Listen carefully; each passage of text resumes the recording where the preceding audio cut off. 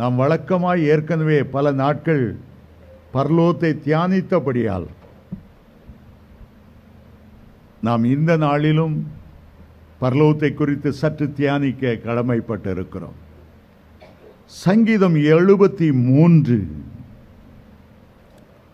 24 வசனம் இவ்விதமாய் சொல்லுகிறது. அது தாவீதினுடைய ஜெபம். ஆண்டவரை பார்த்து சொல்லுகிறார். சங்கீதம் 73:24 உம்முடைய ஆலோசனையின்படி நீர் என்னை நடத்தி முடிவிலே என்னை மகிமையில் ஏற்றுக்கொள்வீர். உம்முடைய ஆலோசனையின்படி நீர் என்னை நடத்தி முடிவிலே என்னை மகிமையில் ஏற்றுக்கொள்வீர். மரணத்துக்கு பதிலாக தாவீது சொல்லுகிறார், உம்முடைய மகிமையில் ஏற்றுக்கொள்வீர், சேர்த்துக்கொள்வீர். உம்முடைய பரலோக ராஜ்யத்தில் நான் காணப்பட வேண்டும்.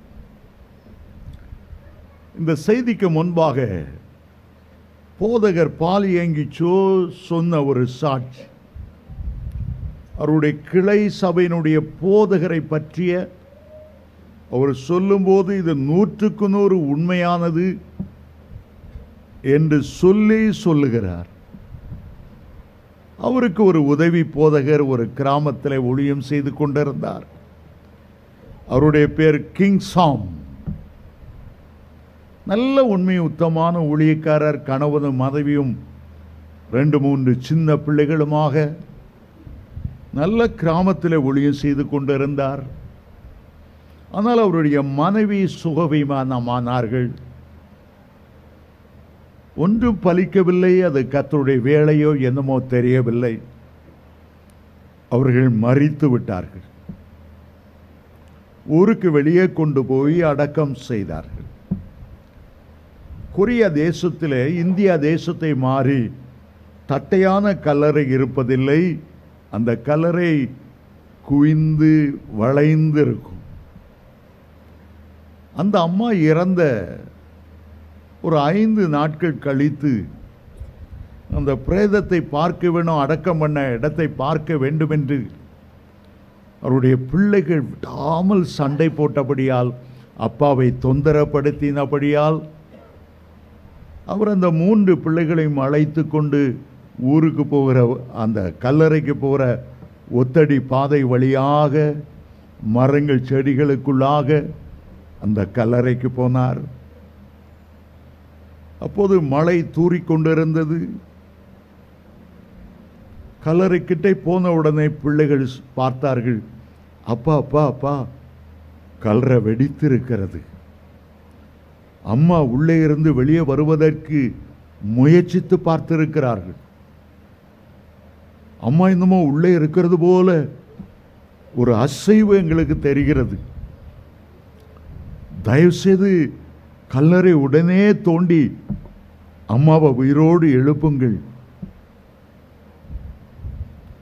புதைத்து 5 நாட்கள் ஆகிவிட்டன. அவர் சொன்னார், இல்லை பிள்ளைகளே, நம்ம தானே அம்மாவுடைய உயிரற்ற சடலத்தை குளிப்பாட்டி பெட்டிக்குள்ளே வைத்தோம். அம்மா எழுந்து வர முடியாது. அம்மா பரலோக ராஜ்யத்துக்கு போயிருக்கிறார்கள். அம்மா கல்லறைக்குள்ளே இல்லை. ஆனால் அந்த பிள்ளைகள் கேட்கவே இல்லை. விடாப்பிடியாய் அப்பாவை தொந்தரவு பண்ணினது. கல்லறை எப்படி தோண்டுவது, எப்படி திறப்பது, உள்ள அழுகி போன சரீரத்தை எப்படி வெளியே கொண்டு வருவது, பிள்ளைகளை அந்த கல்லறையிலிருந்து வீட்டு கொண்டு போவதற்குள்ளாக அவர் படாத பாடுபட்டார். மனைவியை இழந்த துயரம் ஒரு பக்கம், சிறு பிள்ளைகளை எப்படி காப்பாற்றி படிக்க வைத்து ஆளாக்குவது என்ற துயரம். இந்த பிள்ளைகள் இரவும் பகலும் தாயை பற்றி பேசிக்கொண்டும் அழுது கொண்டும் சோர்ந்து விழுந்து விடுவதை பார்த்ததும் அவருக்கு மிக வேதனையாய் இருந்தது. ஒரு வாரம் கடந்து சென்றது. அவருக்கே ஆறுதல் படுத்த முடியவில்லை. தனக்கே ஆறுதல் இல்லாத நிலையிலே பிள்ளைகளை ஆறுதல் படுத்த என்னவென்று தெரியவில்லை. திடீரென்று அவருடைய ஜெப அறையிலே வேதம் வாசித்து கொண்டிருந்த போது நெஞ்சில யாரோ ஈட்டி எடுத்து இருதயத்தில் குத்துவது போல உணர்ந்தார். அந்த குத்து அவரை ஊடுருவி சென்றது. ஒரு பயங்கர ஹார்ட் அட்டாக். கீழே விழுந்தார், மரித்து போனார். தலைமை போதகராக பால் ஏங்கிச்சோ இறந்தபடியால் அவருக்கு தந்தி கொடுத்தார்கள். அவர் வர பிந்தினது. ஆகவே அந்த பிரேதத்தை குளிப்பாட்டி பெட்டிக்குள்ளே வைத்திருந்தார்கள். நேரம் கடந்து போய் கொண்டிருந்தது. அவர் இறந்த உடனே அவருடைய ஆவி அவருடைய சரீரத்திலிருந்து வந்தது. அப்போது பரலோகத்திலிருந்து 3 நட்சத்திரங்கள் கீழே விழுவது போன்று அவருக்கு தோன்றினது. கிட்ட கிட்ட கிட்ட வந்து பார்த்தால் அது நட்சத்திரங்கள் அல்ல, 3 தேவதூதர்கள். அவன் சொன்னான், இயேசு கிறிஸ்து உன்னை பரலோகத்துக்கு அழைத்து கொண்டு வரும்படி சொன்னார், எங்களை அனுப்பினார். உடனே புறப்படு. பிள்ளைகளெல்லாம் அழுவதற்கு பலன் இல்லாமல் தகப்பனுடைய பிரேத பட்டியை சூழ்ந்திருந்தார்கள். அந்த 3 தேவதூதர்களும் ஒருவன் முன் போனான், இந்த 2 பேர் பக்கத்தில் வந்தார்கள். நாம் வட துருவத்துக்கு போய் அங்கிருந்து பரலோகத்துக்கு போகக்கூடிய ஒரு பெரும் பாதை, அது வேகமாய் போகக்கூடிய ஊர்ந்து மேலே செல்லக்கூடிய ஒரு படிக்கட்டு போல, ஆங்கிலத்தில் எஸ்கலேட்டர் என்று சொல்வார்கள். படியில் ஏறி நின்னா போதும், அதுவே மிஷினில் ஓடி ஓடி ஓடி உயரத்துக்கு கொண்டு போகும்.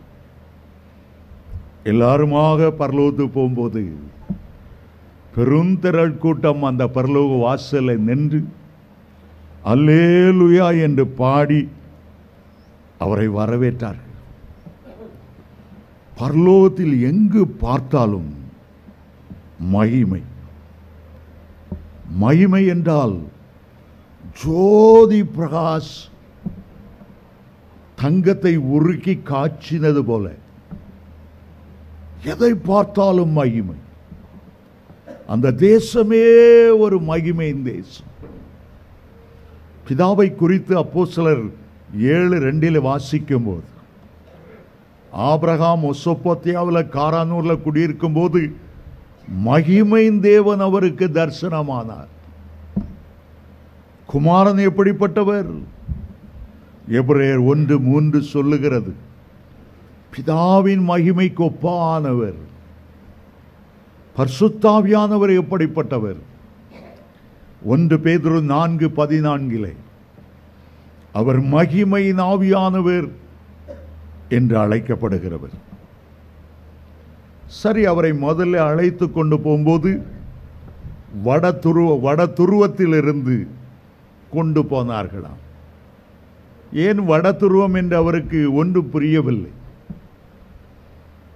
சங்கீதம் 48:2 வாசிக்கும் போது, வட திசையில் உள்ள சியோன் பர்வதம் மிக அழகான வடிவமான ராஜாதி ராஜனுடைய நகரம். பரலோக வாசல்ல எண்ணற்ற பரிசுத்தவான்கள் தேவதூதர்கள் ஹல்லேலூயா என்று பாடி அவரை மிகவும் சந்தோஷத்தோடு வரவேற்றார்கள். இவர் பரலோகத்துக்குள்ளே கால் வைத்து நடந்ததும் திடீரென்று பார்த்தால் தாவீது ராஜாவை அங்கே பார்த்தார். தாவீது ராஜா சந்தோஷமாய் முன் வந்து அவரை கை குலுக்கி, பரலோகத்துக்கு உன்னை வரவேற்கிறோம், நீ ஆசீர்வாதமாய் இருப்பாய் என்று சொன்னார். இந்த பரலோக வாசலை விட்டு இன்னும் கொஞ்சம் தூரம் வரும்போது ஒரு தேவ மனிதன், அவருடைய உள்ளத்தில் தெரிந்தது இதுதான் ஸ்தேவான் என்று. ஸ்தேவானை பார்த்ததும் அவருக்கு ஒரு கேள்வி கேட்க வேண்டும் என்ற ஆசை.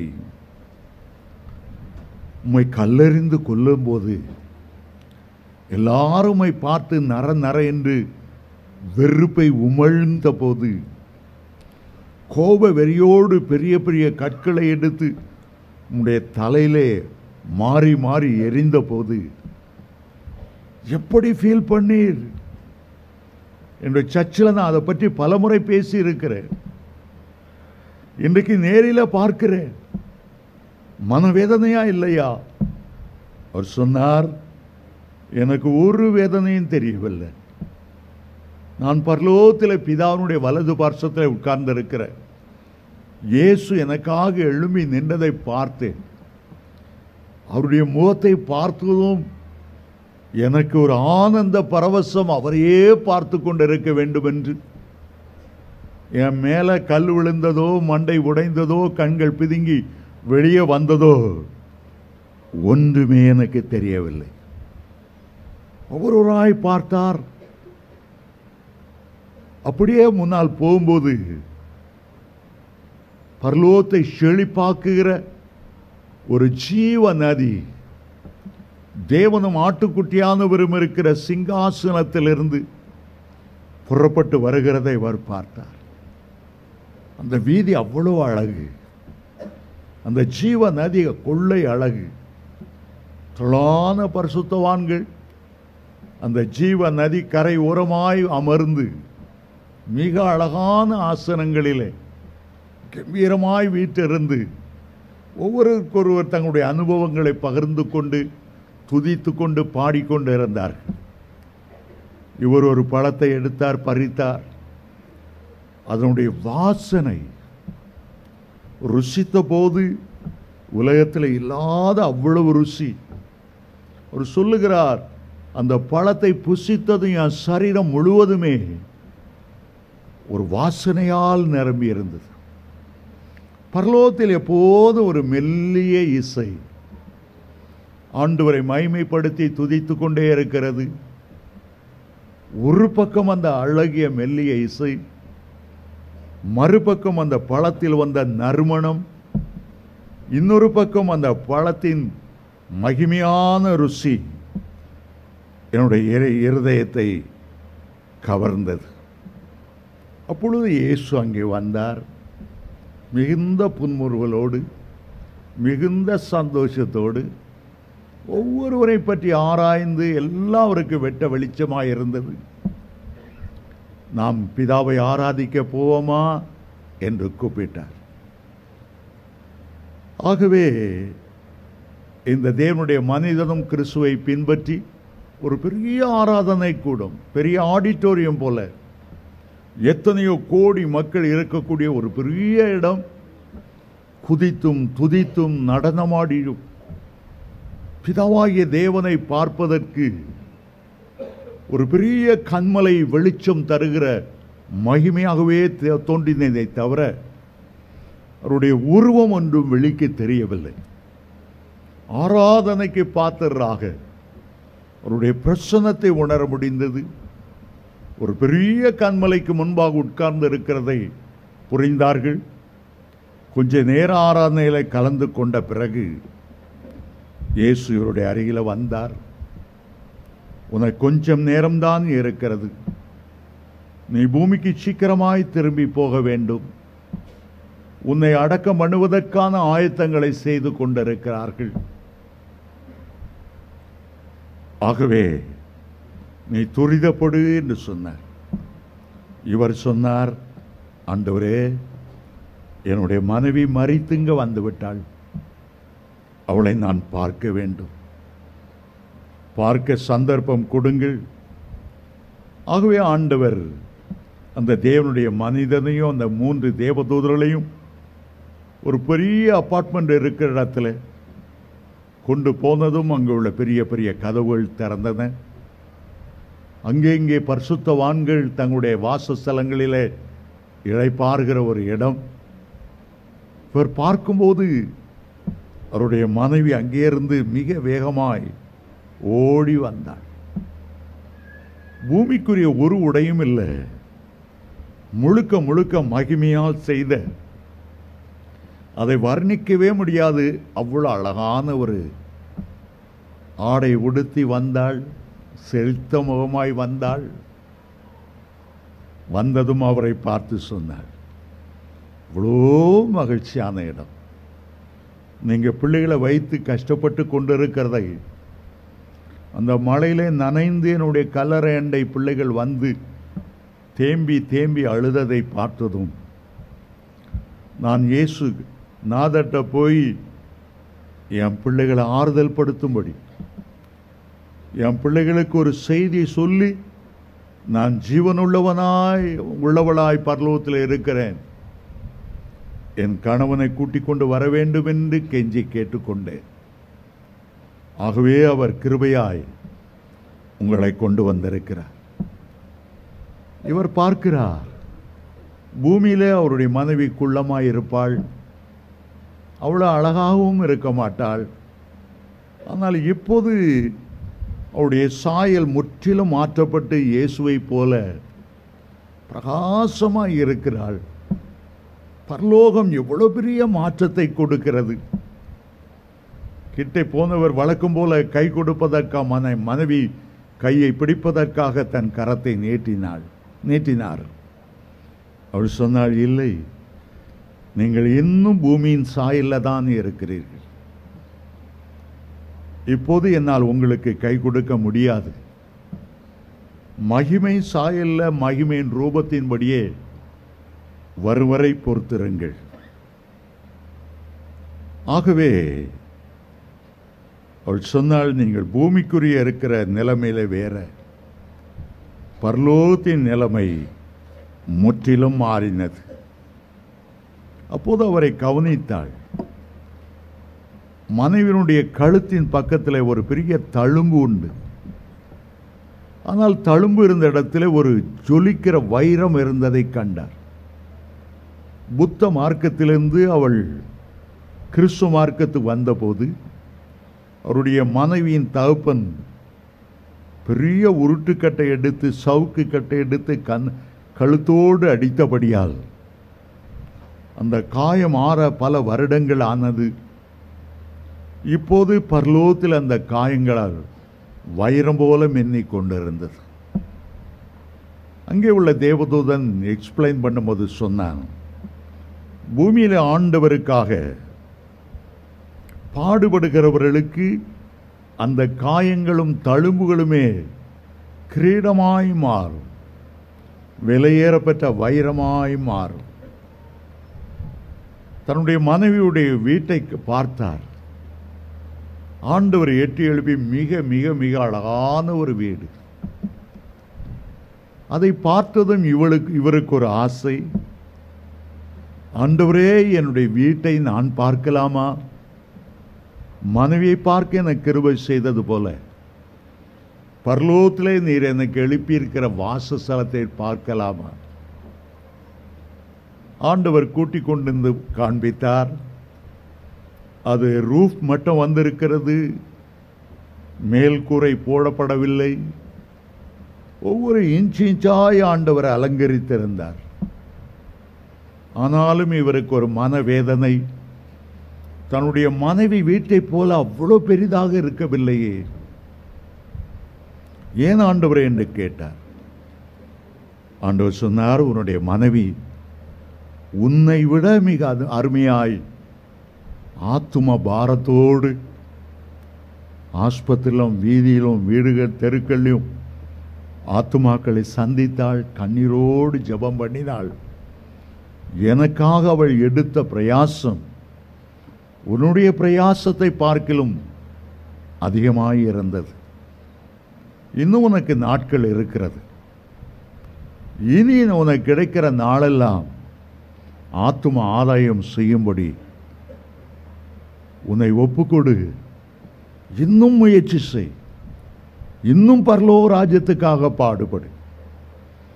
அப்போது மகிமையுள்ள வாசஸ்தலமாய் இது மாற்றப்பட்டிருக்கும். பக்கத்தில் இருந்த ஒரு வாசஸ்தலம் நிறைவடைந்திருந்தது. இவர் கேட்டார், அது யாருடையது? ஆண்டவர் சொன்னார், இதுதான். உன்னுடைய ஆலயத்தில் பெஞ்சு இங்கெல்லாம் தூக்கி போட்டு அது காலையில் ஆலயத்துக்கு வந்து அதை பெருக்கி அதை வாஷ் பண்ணி ஸ்வாப் பண்ணி இரவெல்லாம் ஜெபம் பண்ணுகிற அந்த சகோதரியுடையது. மகிமையான வீடாயிருந்தது. அவர் தனக்குள்ளே தீர்மானம் பண்ணினார், எவ்வளவு காலம் பூமியில் இருப்பேனோ பரலோகத்துக்காகவே வாழ்வேன். என் மனைவி வந்து சென்ற இடத்துல நானும் என்னுடைய பிள்ளைகளும் வரணும், என் பிள்ளைகளையும் ஆயத்தப்படுத்தணும். ஆண்டவர் திருப்பவும் அவரோடு வந்த 3 தேவ தூதர்களை பார்த்து சொன்னார், நேரமாகிவிட்டது, சீக்கிரமாய் பூமி கொண்டு போங்க, இல்லாவிட்டால் பிரேதப்பட்டியை மூடி புதைக்க கொண்டு போய் விடுவார்கள். ஆகவே பரலோகத்தை விட்டு இறங்கும்போது திடீரென்று அவருடைய கண்கள் ஆபிரகாமை பார்த்தது. அவரை பார்த்த உடனே யாரும் அவருடைய அறிமுகம் செய்ய வேண்டியதில்லை. அவருடைய உள்ளத்தில் உடனே தெரிந்தது இது ஆபிரகாம் என்று. அப்போஸ்தலனாகிய பவுல் 1 கொரிந்தியர் 13 கடைசியில் எழுதுகிறார், இப்பொழுது நாம் குறைந்த அறிவுள்ளவர்கள், அப்பொழுது அறியப்பட்டு இருக்கிறபடியே அறிந்து கொள்வோம். மருப மலையில எலியாவும் மோசே வந்தபோது இவர்தான் மோசே என்று ஆண்டவர் அறிமுகம் செய்யவில்லை. இவர்தான் எலியா என்று சீஷரிடத்தில் சொல்லாமே பார்த்த உடனே அவர்கள் எலியா மோசே என்பதை புரிந்து கொண்டார்கள். அதுபோல பரலோகத்துக்கு போகும்போது வேதத்தில் பார்த்திராத கோடிக்கணக்கான பரிசுத்தவான்கள் இருந்தாலும் இவர்கள் எங்கே பிறந்து எங்கே வளர்ந்தவர்கள், பாகிஸ்தானை சேர்ந்தவங்களா சீனாவில் உள்ளவங்களா, உடனே நம்முடைய அறிவு அவர்களை புரிந்து கொள்ளும். ஆபிரகாம் பார்ப்பதற்கு வயதான தாத்தா போல வெண் தாளடியோடு வெண் தலைமயிரோடு காணப்படவில்லை. ரொம்ப இளமையாக ஒரு 25 வயது வாலிபனை போலத்தான் அவர் தோன்றினார். பரலோகத்தில் வயது சென்றவர்களும் இல்லை, அங்கவீனர்களும் இருப்பதில்லை. ஆபிரகாமை பார்த்ததும் இவருக்கு பெரிய சந்தோஷம். அவர் இவரை பார்த்து சொன்னார், உலகத்து முடிவுக்கு வந்துவிட்டீர்கள், இனி காலம் செல்லாது. ஜனங்கள் கர்த்தருடைய வருகை எப்பொழுது இருக்கும் என்று எண்ணிக்கொண்டிருக்கிறார்களோ அதை பார்க்கிலும் கர்த்தருடைய வருகை சமீபமாய் இருக்கிறது.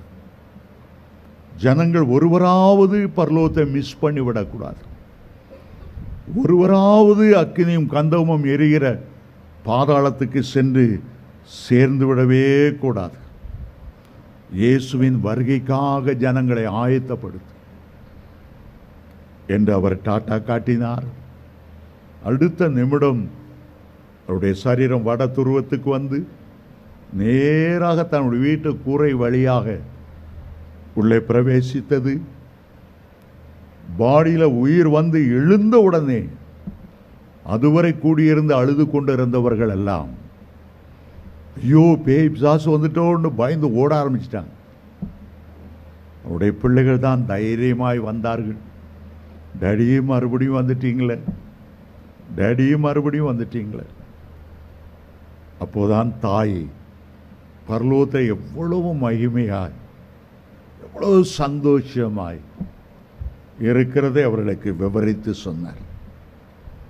அருமையான தேவனுடைய பிள்ளைகளே, நீங்கள் பூமியில் இருக்கும்போது ஆண்டவருக்கு செய்கிற ஊழியம்தான் அங்கே பரலோகத்திலே உங்களுக்கு வாசஸ்தலமாய் மாறுகிறது. இந்த உலக வாழ்க்கை மிக மிக முக்கியமானது. இந்த உலக வாழ்க்கை தான் உங்களை நித்தியத்துக்கு ஆயத்தப்படுத்துகிறது. இந்த உலக வாழ்க்கையில் நீங்கள் எவ்வளவுக்கு எவ்வளோ நீங்கள் க்ளோஸாக கர்த்தரண்டை இருப்பீர்களோ அவ்வளவுக்கு அவ்வளவு பரலோகத்திலும் அவருக்கு நெருக்கமாய் இருப்பீர்கள். பரலோகம் எங்கே இருக்கிறது? அநேகர் நினைக்கிறார்கள் 3 வானங்கள் இருக்கிறது, 3வது வானத்தில்தான் ஆண்டவர் இருக்கிறார் என்று பலரும் எண்ணிக்கொள்ளுகிறார்கள். ஆனால் பரலோகத்துக்கு 3 வானங்கள் அல்ல. நிறைய வேத பண்டிதர்களும் கூட தவறு செய்கிறதை பார்த்திருக்கிறேன். முதல் வானம் ஆகாயத்தில் பறவைகள் பறக்கிற புவியீர்ப்பு விசையுள்ள வானம். 2வது வானம் வானமண்டலத்தில் உள்ள பொல்லாத ஆவிகளின் சேனைகள் இருக்கிற ஒரு வானம். அங்கேதான் சூரியன், சந்திரன், நட்சத்திரம், எண்ணற்ற கிரகம், அங்கேதான் வெள்ளி கிரகம், வியாழன் கிரகம், சனி இருக்கிற கிரகம் எல்லாம் இருக்கிறது. வானமண்டலத்தில் உள்ள பொல்லாத ஆவி சேனைகள் அங்கே இருக்கிறது. 3வது வானம்தான் அப்போஸ்தலனாகிய பவுல் 2 கொரிந்தியர் 12ஆம் அதிகாரம் 1 முதல் 4 வசனங்களிலே 14 வருஷத்துக்கு முன்னால் நான் ஆவியிலே எடுத்துக்கொள்ளப்பட்டு 3ஆம் வானமாகிய பரதேசிக்கு போனேன். அங்கே மனுஷர் பேசப்படாத அறியாத பாஷையிலே பேசுகிறதை பார்த்தேன். ஆகவே அதை வைத்துக்கொண்டு வெறும் 3 வானம்தான், 3வது வானம்தான் பரலோகம் என்று எண்ணிக்கொண்டிருக்கிறார். ஆனால் ஆண்டவருடைய பரலோகம் என்பது வானாதி வானங்கள் தாண்டி தாண்டி தாண்டி, புதிய வானம் தாண்டி, புதிய பூமி தாண்டி, பெரிய பரம எருசலேம், அங்கும் பல வானங்கள், தேவதூதருடைய வானங்கள், கேராபீன்கள் சேராபீன்கள் உள்ள வானங்கள். மோசே பக்தன் சொன்னார் உபாகமம் 10:14, இதோ வானங்களும் வானாதி வானங்களும் பூமியில் உள்ள யாவும் தேவனாகிய கர்த்தருடையவர். வானங்களும் பன்மையில் சொல்லுகிறார். அதற்கு பிறகு வானாதி வானங்களும், வானங்களும் வானாதி வானங்களும். சாலமோன் ராஜா ஆண்டவருக்கென்று பெரிய ஆலயத்தை கட்டும்போது 1 ராஜாக்கள் 8:27, 2 நாளாகமம் 2:6 சொல்லும்போது, மெய்யாகவே தேவன் பூமியிலே வாசம் பண்ணுவாரோ, இதோ வானங்களும் வானாதி வானங்களும் உம்மை கொள்ளக்கூடாதே, நான் கட்டின இந்த ஆலயம் அவருக்கு எம்மாத்திரம். சங்கீதக்காரன் 148ஆம் சங்கீதம் 4ஆம் வசனத்தில் சொல்லுகிறார், வானாதி வானங்களே அவரை துதியுங்கள். சில ஆண்டுகளுக்கு முன்பு கன்னியாகுமரி மாவட்டத்தில் உள்ள ஒரு பாஸ்டர் 7 வானங்கள் என்ற தலைப்பிலே 7 வானங்கள் இருக்கிறதாக எவ்வளோ ஆராய்ச்சி பண்ணி ஒரு புஸ்தகம் எழுதியிருந்தார். எனக்கு ஞாபகம் இல்லை, பல வருடங்கள் ஆகிவிட்டன. ஆனால் வானாதி வானங்கள் என்று 7 வானங்கள் என்று சொல்வதற்கு போதுமான வேதாகம ஆதாரங்கள், வாக்கியங்கள் அவர் கொடுக்கவில்லை. அதை என்னால் ஏற்றுக்கொள்ள முடியவில்லை. 3வது வானம் வரைக்கும் போனால் அந்த வானங்களை கீழே இருந்து அவர் எண்ணுகிறாரா 1, 2, 3 என்று, அல்லது மேலே இருந்து மேலே 1, 2, 3 என்று எண்ணுகிறாரா? நிச்சயமாய் 3 வானங்கள் மட்டுமல்ல. வானாதி வானங்கள் என்றால் எண்ணற்ற பகுதிகள், ஏராளமான இடங்கள் பரலோகத்தில் இருக்கிறது. பிதாவானவருடைய வாசஸ்தலங்களை பற்றி ஆண்டவர் சொல்லும்போது, என் பிதாவின் வீட்டில் அநேக வாசஸ்தலங்கள் உண்டு என்று குறிப்பிடுகிறார். அநேக வாசஸ்தலங்கள். பரலோக ராஜ்யத்தை குறித்து இயேசு கிறிஸ்து இந்த பூமியில் வந்தபோது பல உவமைகளை சொன்னார். பரலோக ராஜ்யத்தை புரிந்து கொள்வதற்காக ஏறக்குறைய 38 உவமைகள் பரலோக ராஜ்யத்தை குறித்து சொல்லப்பட்டு இருக்கிறது. அதில் முதல் உவமை விதைக்கிறவன் கையில் விதைகளை எடுத்து கொண்டு போய் விதைக்க போன ஒரு உவமை. அது விளைந்ததாம். சில நேரத்தில் அது முள்ளுள்ள இடங்களில் முளைத்தது, வளர முடியவில்லை. சில விதைகள் கற்பாறையிலே விழுந்தன, முளைக்கவில்லை. சில விதைகள் வழியோரம் விழுந்தன, பறவைகள் அவைகளை தூக்கி கொண்டு போனது. சில இடத்திலே நல்ல நிலத்தில் விழுந்த போது சில 30, சில 60, சில 100 பதில் கொடுத்தது, பலன் கொடுத்தது. எதை பற்றி சொல்லுகிறார்? பூமியில் உள்ள நிலங்களை பற்றி அவர் சொல்லவில்லை. உள்ளமாகிய நிலத்தை பற்றி அவர் பேசுகிறார். 3 வகை நிலங்கள் ஒன்றுமே பதில் பலன் கொடுக்க முடியாமல் போனது. முட்களின் மத்தியில் விதைத்த விதை, வழியோரங்களில் விதைத்த விதை, கற்பாறைகள் உள்ள இடத்துல விதைத்த விதை, 3 வகையான விதைகள் விழுந்த இடம் சரியில்லாதனால, பக்குவம் இல்லாதனால முளைக்கவே இல்லை. அவருடைய நிலைமை என்ன? பாதாளத்துக்கு போயிருப்பார். ஆனால் பண்பட்ட உள்ளத்தில் விதைத்த விதை சில 30, சில 60, சில 100 பதில் கொடுத்தது. 3 விதத்தில் அவர் சொல்லுகிறார். 30, 60, 100. பரலோக ராஜ்யத்துக்குள் பிரவேசிக்கும் போது 3 விதமான வானங்கள், 3 விதமான மக்கள் அங்கே விற்றிருப்பார். 30% மகிமை உள்ளவர்கள் ஒரு இடத்தில் உட்கார்ந்திருப்பார்கள். அதைவிட மேன்மையான இடத்துல 60% மக்கள், இன்னும் உன்னதமான இடத்துல 100% மக்கள். நான் பள்ளிக்கூடத்தில் ஒரு ஆண்டு ஆசிரியராக, மேத்ஸ் அசிஸ்டண்டாக ஒரு ஹைஸ்கூலில் பணியாற்றி 40 மாணவர்கள் இருப்பார்கள். என் கிளாஸில் 60 பேர் உட்கார்ந்துருந்தான். நல்லா டீச் பண்ணாலும், எவ்வளோதான் ப்ரிப்பேர் பண்ணாலும் சில மாணவர்கள் கிரகித்து கொள்ள முடியாது. சிலவன் 30% தான் வாங்குவான், ஜஸ்ட் பாஸ். அடுத்தவன் 60% வாங்குவான், அடுத்தவன் 100% வாங்குவான். நான் பார்த்த ஸ்கூலில் குடிசை தொழிலே சாராயம் காய்ச்சிடலாம். மத்தியானம் மிட் மீல்ஸ் கொடுக்கறதுனால அந்த ஸ்கூலுக்கு வந்து சாப்பிட்டு போயிடுவான் சாராயம் காய்ச்சிருக்கு. என்னதான் நான் கரடியாக கற்றுனாலும், என்னதான் என் நெத்தி வேர்வை என் டேபிளில் சிந்தினாலும் படிக்கவே மாட்டான்.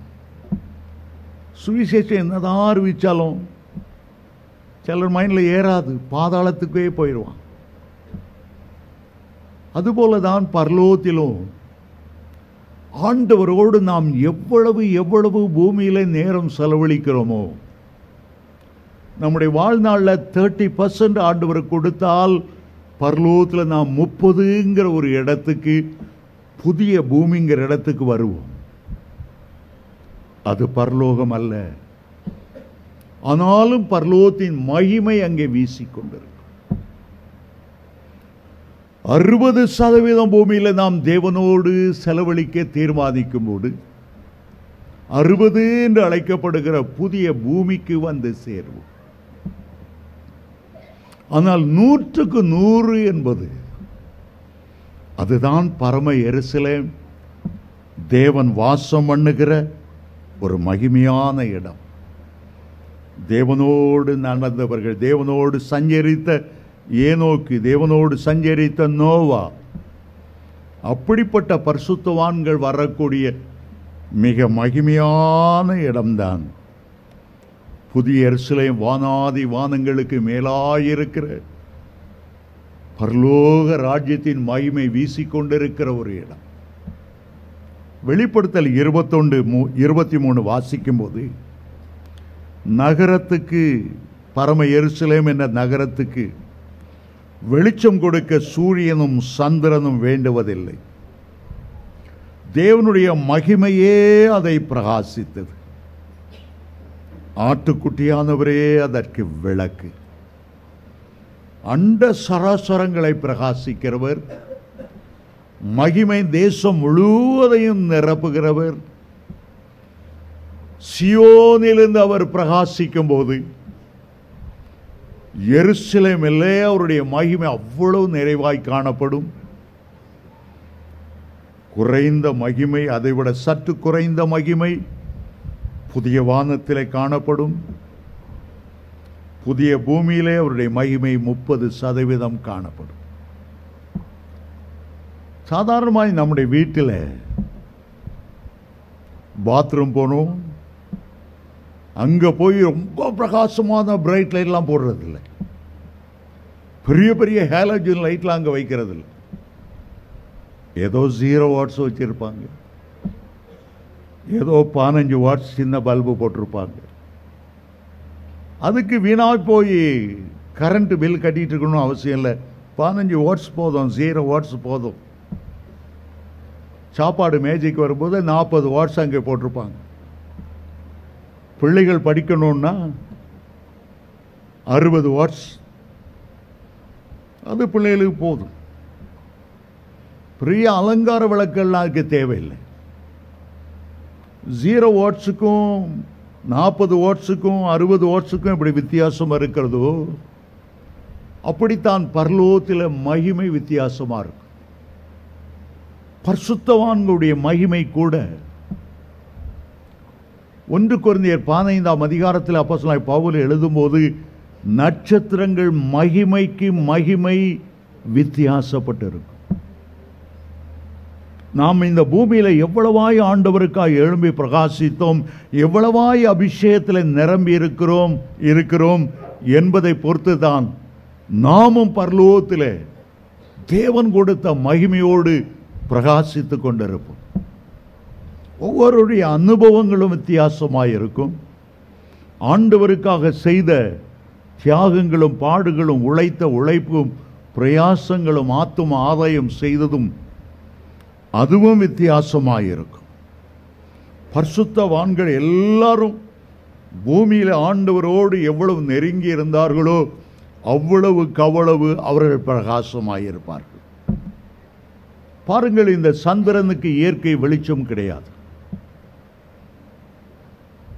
அது சூரியனை விட்டு தனியாய், சூரியனுக்கும் மத்தியில பூமி வந்துட்டா அது இருண்டு அமாவாசையா மாறிடும். என்ன காரணம்? சூரியனே பார்த்து நடந்த போது சூரியனில் உள்ள வெளிச்சத்தை வாங்கி இரவில் அது பிரகாசித்தது.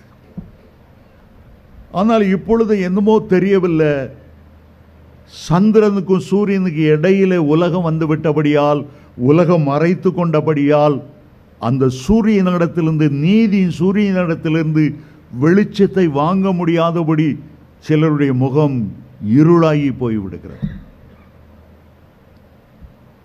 எந்த அளவு நாம் பூமியிலே தேவனோடு நடக்கிறோமோ, எந்த அளவு அவரோடு நேரம் செலவழிக்கிறோமோ, அவ்வளவுக்கு அவ்வளவுதான் நாம் பரலோகத்திலே பிரகாசமுடையவர்களாயிருப்போம். தாவீது ராஜா சொல்லுகிறார், தேவனே உம்முடைய சித்தத்தின்படி என்னை வழி நடத்தி முடிவிலே உம்முடைய மகிமையிலே என்னை சேர்த்துக்கொள்ளும். நம்முடைய ஆண்டவருடைய பெயர் மகிமையின் ராஜா. சங்கீதம் 24:7 சொல்லுகிறது, வாசல்களே உங்களுடைய தலைகளை உயர்த்துங்கள், அநாதி கதவுகளே திறவுங்கள். இந்த உலகத்தில் வாழும்போது உங்களுடைய உள்ளத்தை மகிமையின் ராஜாவான இயேசு கிறிஸ்துவுக்கு நீங்க திறந்து கொடுக்கும்போது அவர் மகிமையோடு உங்களுடைய உள்ளத்திலே பிரவேசிப்பார். அநேக தன்னுடைய வீட்டில் திரைகளை போட்டு வச்சிருப்பாங்க. ஜன்னல் திரை, கதவுக்கு திரை, வெளிச்சம் உள்ளே வராது. ஆண்டவர் மகிமையின் ராஜாவாக உங்களுக்குள் வரும்போது அந்த மகிமையால் உங்களுடைய உள்ளம் பிரகாசிக்கிறது, முகம் பிரகாசிக்கிறது, உங்களுடைய வாழ்க்கை பிரகாசிக்கிறது. சங்கீதம் 34:4 வாசிக்கும் போது அவரை நோக்கி பார்த்து பிரகாசம் அடைந்தார். எவ்வளவுக்கு எவ்வளவு இயேசு கிறிஸ்துவை நோக்கி பார்க்கிறீர்களோ அவ்வளவுக்கு அவ்வளவு நீங்க பிரகாசமாயிருப்பீர்கள். மகிமை தேசம் முழுக்க முழுக்க மகிமை. ஆனால் அதில் 5 விதமான அனுபவங்கள் உண்டு. இந்த 5 அனுபவங்களையும் நான் வேகமாய் சுருக்கமாய் சொல்லிவிட்டு நான் இன்றைய கூட்டத்தை நிறைவடைய செய்ய விரும்புகிறேன். முதலாவது இடம், முதலாவது அனுபவம் தேவனுடைய மகிமையை பார்க்கிற அனுபவம். மோசே ஆண்டவரை பார்த்து சொன்னார், உம்முடைய மகிமையை பார்க்க, உம்முடைய வல்லமை பார்த்தேன், கிருபையை பார்த்தேன், சிவந்த சமுத்திரத்தை இரண்டாவதாக பிழைக்கும் போது மகத்துவத்தை பார்த்தேன், உம்முடைய மகிமையை காண வேண்டும். ஆண்டவர் சொன்னார், என்னுடைய அருகில் ஒரு இடம் உண்டு, பிளக்கப்பட்ட கன்மலை உண்டு, அதிலே நீ நிற்கும்போது என்னுடைய மகிமையின் ஒரு புறத்தை நீ காண்பாய். ஆகவே மோசே கன்மலையின் வெடிப்பிலே நின்று தேவனுடைய மகிமையை கண்டார். காண்பது முதல் அனுபவம். இரண்டாவது அனுபவம் மகிமையை தன்மேலே ஏற்றுக்கொண்டு பிரதிபலிக்கிற அனுபவம். Seeing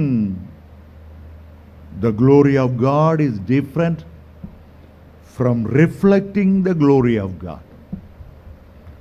தேவனுடைய மகிமையை பிரதிபலிக்கிற அனுபவம். மோம்பாக்கிற கண்ணாடியை சூரியனுக்கு பக்கத்தில் பிடிச்சா அந்த சூரியன் அப்படியே விழுந்து பிரதிபலிக்கிறது. மோசேக்கு அந்த அனுபவத்தை கொடுத்தார். 40 நாட்கள் சீனாய் மலையில் ஏறி தேவனையே பார்த்து கொண்டிருந்த போது மோசேனுடைய முகம் பிரகாசிக்க ஆரம்பித்தது.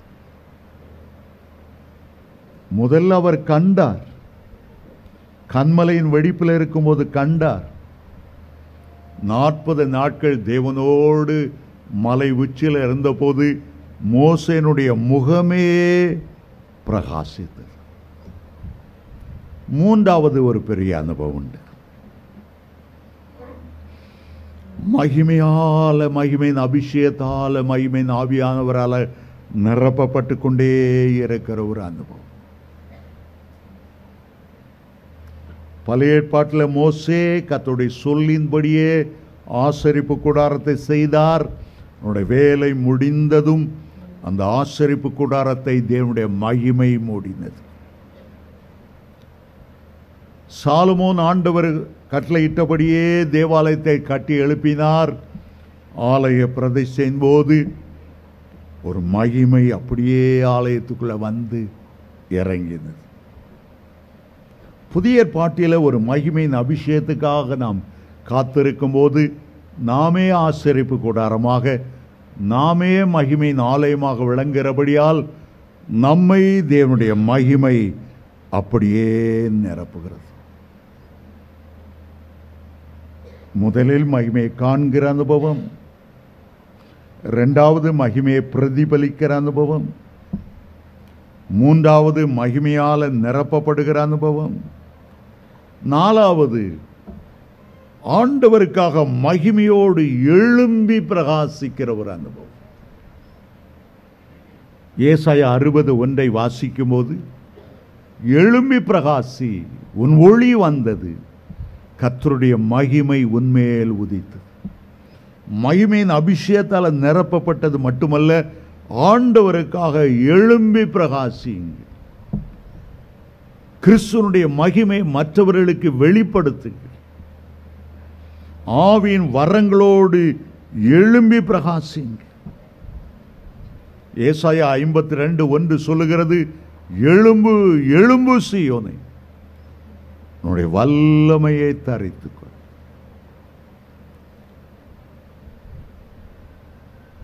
ஐந்தாவதாக, கர்த்தருடைய வருகையில் நடக்க போகிற ஒரு காரியம், மகிமை மேல மகிமை அடைந்து மறுரூபப்படுகிற ஒரு அனுபவம். கடைசிய காலங்கள் துணிக்கும் போது நம்முடைய ஆண்டவராகிய இயேசு கிறிஸ்து 6 வாரத்தோடும் தேவதூதருடைய சத்தத்தோடும் வரும்போது, பிரதான தூதன் எக்காலம் ஓதுவான். கிறிஸ்துக்களை மரித்தவர்கள் எழுந்திருப்பார்கள். உயிரோடு இருக்கிற நாமும் இமைப்பொழுதிலே மகிமையின் மேல் மகிமை அடைந்து மறுரூபப்படுகிற அனுபவம். அதுக்கு அதோடு இந்த உலகத்தின் சாயல் மாறிவிடும். அதுக்கு பிறகு மகிமையின் தேசத்திலே பிரவேசிப்போம். மகிமையின் ராஜாவோடு நாம் என்றென்றைக்கு வாழும். உண்மையிலே கடந்த வாரம்தான் பாலிங்கியாங்கி சோவுடைய போதருடைய சாட்சியை நான் வாசித்தேன். எனக்கும் சில அனுபவங்கள் உண்டு. நான் அதை வெளியே அதிகமாய் சொல்லுவதில்லை. உங்களுடைய உள்ளமும் பரலோக காட்சிகளை காணட்டும் என்று ஏங்கட்டும். நரகத்துக்கு போய்விட்டு வந்தேன் என்று ஏராளம் பேர் சாட்சிகள் புஸ்தகங்கள் உண்டு. ஆனால் பரலோகத்துக்கு சென்று வந்தவர்கள் சொல்லுகிற சில சாட்சிகள் நம்முடைய ஆத்மாவை உயிர்ப்பிக்கிறது. இந்த உலக வாழ்க்கை வெறுத்து கர்த்தருக்காக ஏதாயிலும் செய்ய வேண்டும் என்ற பாரம் உண்டாகிறது. ஆகவேதான் இந்த சாட்சியை உங்களோடு பகிர்ந்து கொண்டேன். இதோடு முடிக்கிறேன். அடுத்த புதன்கிழமை நான் தொடர்ந்து இன்னும் பரலோகத்தை குறித்த ஆழமான சத்தியங்களை படிப்படியாக உங்களுக்கு சொல்லுவதற்கு ஏதுவாயிருக்கும்.